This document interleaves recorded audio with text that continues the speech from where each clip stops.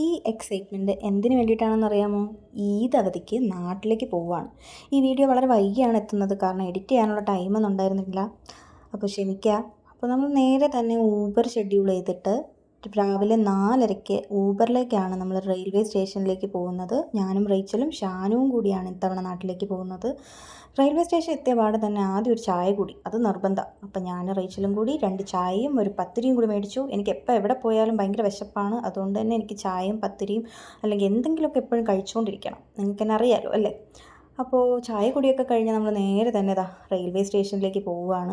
ഇപ്പോഴും സമയമായിട്ടുണ്ടായിരുന്നില്ല, നമ്മൾ കുറച്ച് നേരത്തെയാണ് എത്തിയത്. എനിക്കാണെങ്കിലോ നാട്ടിൽ പോകുന്നതിൻ്റെ ഭയങ്കര ഒരു എക്സൈറ്റ്മെൻറ്റാണ്. വീട്ടിൽ പോകണം, എല്ലാവരും കാണാം, അങ്ങനെയൊക്കെയുള്ളൊരു ഭയങ്കര ഇതിലാണ് ഞാൻ നിൽക്കുന്നത്. അപ്പോൾ നമ്മൾ നേരെ നമ്മുടെ പ്ലാറ്റ്ഫോമിലേക്ക് പോകുമായിരുന്നു. നമ്മൾ നിന്ന പ്ലാറ്റ്ഫോം ആയിരുന്നില്ല. പിന്നെ കുറച്ച് കഴിഞ്ഞ് ഒരു 5:20 ആയപ്പോൾ തന്നെ എക്സാക്ട് ടൈമിൽ തന്നെ നമ്മുടെ ട്രെയിൻ എത്തിയിട്ടുണ്ടായിരുന്നു. നേരത്തെ തന്നെ സീറ്റൊക്കെ ബുക്ക് ചെയ്തത് കാരണം സീറ്റൊക്കെ ഉണ്ട്, അതുകൊണ്ട് സുഖമായി യാത്ര ചെയ്യാൻ പറ്റി. ഇപ്പോൾ സമയം 6:30 ആയിട്ടുണ്ടാവും. സൂര്യനൊക്കെ ഉദിച്ചു, നേരം നന്നായി പുലർന്നു. അങ്ങനെ കാഴ്ചകളൊക്കെ കണ്ട് യാത്ര ഇങ്ങനെ തുടർന്നുകൊണ്ടിരിക്കുന്നു. ഏകദേശം നമ്മുടെ സ്ഥലം എത്താറായിട്ടുണ്ട്. ഒരു 10:30 നമ്മൾ വർക്കല സ്റ്റേഷനിലെത്തി. വർക്കല ശിവഗിരി സ്റ്റേഷനിലാണ് ഇറങ്ങിയത്. ഞാനും ഷാനുവും അവിടെ ഇറങ്ങിയിട്ടുണ്ടായിരുന്നുള്ളൂ. റേച്ചലിന് വേറൊരു ആവശ്യമായിട്ട് ട്രിവാൻഡ്രം പോവേണ്ടതുണ്ട്. ഇതാണ് നമ്മുടെ വർക്കല ശിവഗിരി സ്റ്റേഷൻ. ഇവിടെ നിന്ന് ഇനി വീണ്ടും 2 ബസ് കയറിയാൽ മാത്രമേ നമുക്ക് വീട്ടിലേക്ക് എത്താൻ പറ്റൂ. ബസ്സിനൊന്നും അവിടെ ക്ഷാമമില്ല, എപ്പോഴും ബസ് ഉണ്ടാവും. അപ്പോൾ നമ്മൾ നേരെ തന്നെ ആറ്റിങ്ങൽ സ്റ്റാൻഡിലേക്ക് എത്തി. ആറ്റിങ്ങലിൽ നിന്ന് വീണ്ടും നമ്മുടെ വീട്ടിലേക്ക് പോകാൻ താഴെളമ്പ എന്ന് പറഞ്ഞ ഒരു ബസ്സും കൂടെ കയറണം. അപ്പോൾ ഞാനും ഷാനും ഒക്കെ ക്ഷീണിച്ച്, യാത്ര കാരണം നല്ല ക്ഷീണിച്ചിട്ടുണ്ടായിരുന്നു. എന്നിട്ട് നമ്മളങ്ങനെ നമ്മുടെ നാട്ടിലേക്ക് എത്തി. ഇനി ഇവിടെ നിന്ന് കുറച്ച് നടന്ന് വേണം വീട്ടിലേക്ക് പോകാൻ. നമ്മുടെ പണി നടക്കുന്നതിൻ്റെ ആണെന്ന് തോന്നുന്നു. ചിലപ്പോൾ ഞാൻ ഇതിനകത്ത് താഴെ വീഴാൻ ചാൻസ് ഉണ്ട്. അഹങ്കാരത്തിനൊരു കുറവുമില്ല ഗായ്സ്.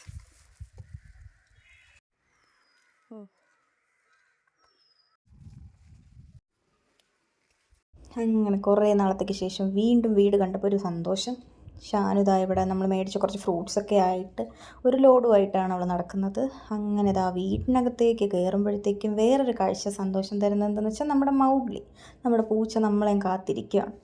കുറേ ദിവസമായി ഞാൻ അവനെ കണ്ടിട്ട്, അപ്പോൾ ആ ഒരു സന്തോഷമുണ്ട്. അങ്ങനെ മൗഗ്ലിനോട് സംസാരിച്ചുകൊണ്ടിരിക്കവേ വേറൊരാൾ സൈഡിലേക്ക് എത്തിയിട്ടുണ്ട്. ഇതാണ് നമ്മുടെ മമ്മു, എൻ്റെ ഒരേ ഒരു പോയി കഴിഞ്ഞാൽ ഇവനൊന്നും വിളിക്കുക പോലുമില്ല. അങ്ങനെ ഒരു അനിയനാണ് ഇവൻ. അങ്ങനെ വീട്ടിലേക്ക് എത്തി ഗായ്സ്. മമ്മീജി ഇവിടെ എല്ലാം വൃത്തിയാക്കി അടിപൊളിയാക്കി ഇട്ടിട്ടാണ് പോകുന്നത്. അപ്പോൾ ബാക്കി വിശേഷം അടുത്ത വീഡിയോയിൽ കാണാം.